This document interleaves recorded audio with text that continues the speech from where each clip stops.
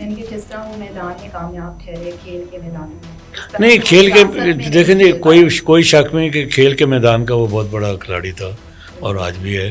اور یہ بھی میں آپ کو بتا دوں کہ کھیل کے میدان میں واحد آدمی تھا جو پاکستان کے کھیل کے اندر پروفیشنلزم لے کے آیا, جو پاکستان کے کھیل کے اندر اس نے پاکستان کے کھیل کو پوری دنیا میں کرکٹ کو ایک ایسا نام دیا.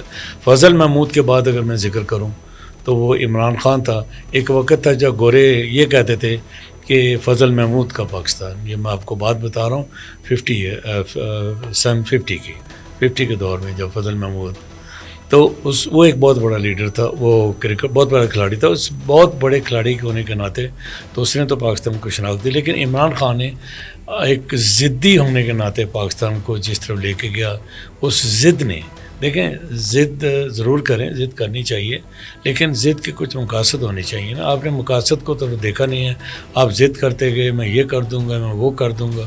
لوگ کہتے ہیں یہ تکبر ہے, لیکن میرے خیال میں تکبر نہیں ہے, کیونکہ جس عمران خان کو میں جانتا ہوں جس کو لوگ امی کہتے تھے, جو ہمارا دوست بھی تھا, اس امی کے حوالے سے اگر میں بات کروں تو یہ جو زبان اس نے دی ہے یہ زبان اس کی تھی نہیں جو کہ اس کو دی گئی. اچھا, عمران خان کا اسٹیبلشمنٹ کے کردار پر بہت سخت موقف رہا ہے, کیا اس ہارڈ لائن کے ساتھ مذاکرات یا کوئی ڈیل ممکن؟ دکھ اس بات کا ہے کہ اسی اسٹیبلشمنٹ نے تو عمران خان کو لیڈر بنایا. ایوان اپنا زمان پارک سے اسلام آباد تک لے کے آئے, جلسے کروائے, دنیا جانتی ہے, ان لوگوں کا بھی نام جانتی ہے, میں کیا ان کے نام لوں. تو میرے خیال میں کہ اسٹیبلشمنٹ کے اندر جو گھر کے اندر جو لڑائی تھی یہ وہ لڑ نہیں سکا. کاش یہ اچھا سیاستدان ہوتا. تو آپ مجھے بتائیں کہ 40 سال سے وہ حکمران جس کو آپ زرداری کا بھی نام دیتے ہیں, جس کو میاں نواز شریف کا نام دیتے ہیں, ان کی بھی بڑی انبن ہوئی اسٹیبلشمنٹ کے ساتھ, ان کی بڑی لڑائیاں جھگڑے ہوئے اسٹیبلشمنٹ کے ساتھ. بڑے آرمی چیف آئے, بڑے آرمی چیف گئے, تو کہیں نہ کہیں تو خامی ہے خان صاحب کے اندر جو بن نہیں پائی, جو اپنے بن نہیں پائی. اچھا, ایک عام تاثر یہ بھی دیا جاتا ہے اظہر شہزاد صاحب کہ خان صاحب بشریٰ بی بی کے علم پر بہت انحصار کرتے ہیں, تو کیا اس دفعہ بھی آپ کو وہ جادو چلتا نظر آ رہا ہے کہ نہیں؟ بی بی کے پاس جادو تو ہے, لیکن میں آپ کو تھوڑا سا بیک گراؤنڈ بتا دوں کہ عمران خان ایک روحانی شخص بھی ہے. آپ کا جو قیدی نمبر 804 ہے ایک روحانی شخص بھی ہے, اور یہ روحانیت آتی ہے سن 85 میں. عمران خان کے بہت سے معاملات کے جو روحانیت کی طرف جاتے ہیں وہ اللہ بخشے اشوک قریشی, نواب صادق قریشی مرحوم جو گورنر پاکستان پنجاب اور گورنر وزیر اعلیٰ پنجاب بھی رہے ہیں, ان کے بیٹے تھے اشوک قریشی. ان کا روحانی کی طرف, ان کی بیوی کا, ان کی فیملی کا روحانی کی طرف بہت ٹرینڈ تھا. تو خان صاحب کو بھی روحانیت کی طرف لے جانے میں اشوک قریشی صاحب کا بہت کردار تھا. یہ ان کے قریبی حلقے جانتے ہیں. ان میں سے بہت سے لوگ اللہ ان کی زندگیاں اب بھی موجود ہیں. میاں سلی موجود ہیں, بوبی موجود ہیں, گولڈی موجود ہیں, ایون باجی علیمہ موجود ہیں, اور باجی روبی موجود ہیں, اور سب سے گوا جو ہیں وہ اپنا کیا نام ہے اپنا نیازی صاحب موجود ہیں, حفیظ اللہ خان نیازی صاحب موجود ہیں. یہ وہ کردار ہیں جن سے ہم نے زندگیاں گزاری ہیں, جنہوں نے عمران کو بنایا, جنہوں نے عمران کو سنوارنے کی کوشش کی, لیکن وہ تو سنورے ہوئے تھے لوگ تھے, یہ نہ سنور سکا. یہ میں کبھی رہ گیا. اچھا, خان صاحب بشریٰ بی بی سے شادی جیسے اور جن حالات میں ہوئی ہے اس کو آپ کیسے دیکھتے ہیں, جیسے کہ ان پہ عدت کا کیس بھی چلا؟ دیکھیں جی, ایک شہزادہ ہے, اس کی بہت زندگی رنگین گزری ہے, اور اگر میں تھوڑا سا چلوں جمائمہ سے, تو اس کی زندگی میں صرف ایک خاتون آئی ہے جس کو میں کہہ سکتا ہوں کہ جس نے اس کو بنانے کی بھی کوشش کی, اس کو نکھارنے کی کوشش کی, اور اس کے اوپر ایسی انویسٹمنٹ, پیسے کے حوالے سے نہیں, وقت کی اچھی انویسٹمنٹ کی. اور 10 سال, میں تو حیران ہوں کہ 10 سال کیسے نکال کے جمائمہ کے ساتھ. یہ میرے لیے بڑے حیران کن بات ہے کہ جمائمہ اس کے ساتھ کیسے نکال گئی.